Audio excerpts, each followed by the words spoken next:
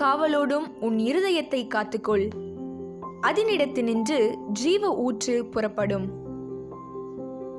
நீதிமொழிகள் 4:23.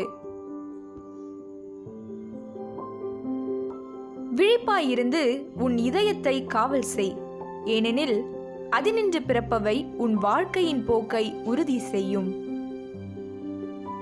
நீதிமொழிகள் 4:23. Be careful how you think. Your life is shaped by your thoughts. Proverbs chapter 4 verse 23.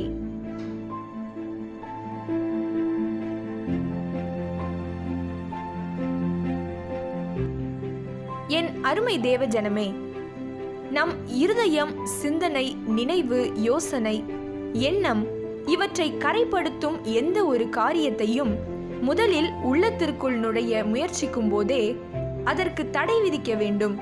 இல்லையேல் அந்த வண்டுகள் நம்முடைய ஆத்தும இரட்சிப்பை அழித்துவிடும். ஆகவே ஒவ்வொரு நாளும் வேத வசனத்தின் மூலம் நம்மை காத்து கொள்ளுவோம். ஒரே அடியாக விழுந்து போன பின் பாவம் செய்து செய்து இருதயம் மழுங்கி போக ஆரம்பிக்கும்.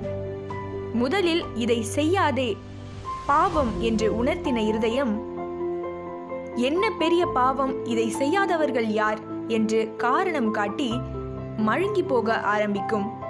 பின் யார் என்ன கூறினாலும் அது இருதயத்திற்குள் செல்லாது. இருதயம் கடினப்பட்டு போகும்.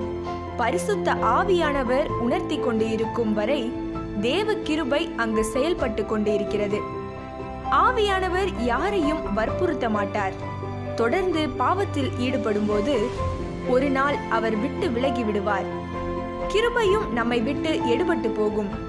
அதன் பின் இருதயம் பாவத்திலே மூழ்கி கிடக்க ஆரம்பிக்கும்.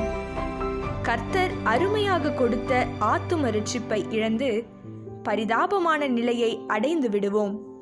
ஆகவே பாவத்தின் ஆரம்பத்திலேயே அதற்கு தடை விதித்து எல்லா காவலோடும் உன் இருதயத்தை காத்துக்கொள் என்ற வசனத்தின்படி நம்முடைய இருதயத்தையும் கண்களையும் காத்துக்கொண்டு பரிசுத்தமாக வாழ தேவன் தாமே ஒவ்வொருவருக்கும் கிருபை செய்வாராக. ஜெபம். எங்கள் அன்பின் ஆண்டவரே, எல்லா காவலோடும் எங்கள் இருதயத்தை காத்துக்கொள்ள உதவி செய்யும். எங்கள் சிந்தனை, நினைவுகளை நீர் அறிந்திருக்கிறீர். உம்முடைய சித்தத்தின்படி வழி நடத்தும். ஆமேன். My dear God's people, we must forbid anything that taints our heart, thought, memory, thought and intention when it first tries to enter. Otherwise, these beetles will destroy our souls. So let us take care of ourselves through scripture every day. After a sudden fall, the heart will begin to sin and sin. It was the heart that first felt do not sin. What is the great sin? Who doesn't do this? The reason is that the indicator will start to fade. No matter who says it, it does not go into the heart. The heart will harden. The grace of God works there until the Holy Spirit is revealed. When the Spirit does not compel anyone and persist in sin, he will one day be away.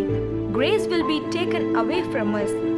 The heart will then begin to sink into sin.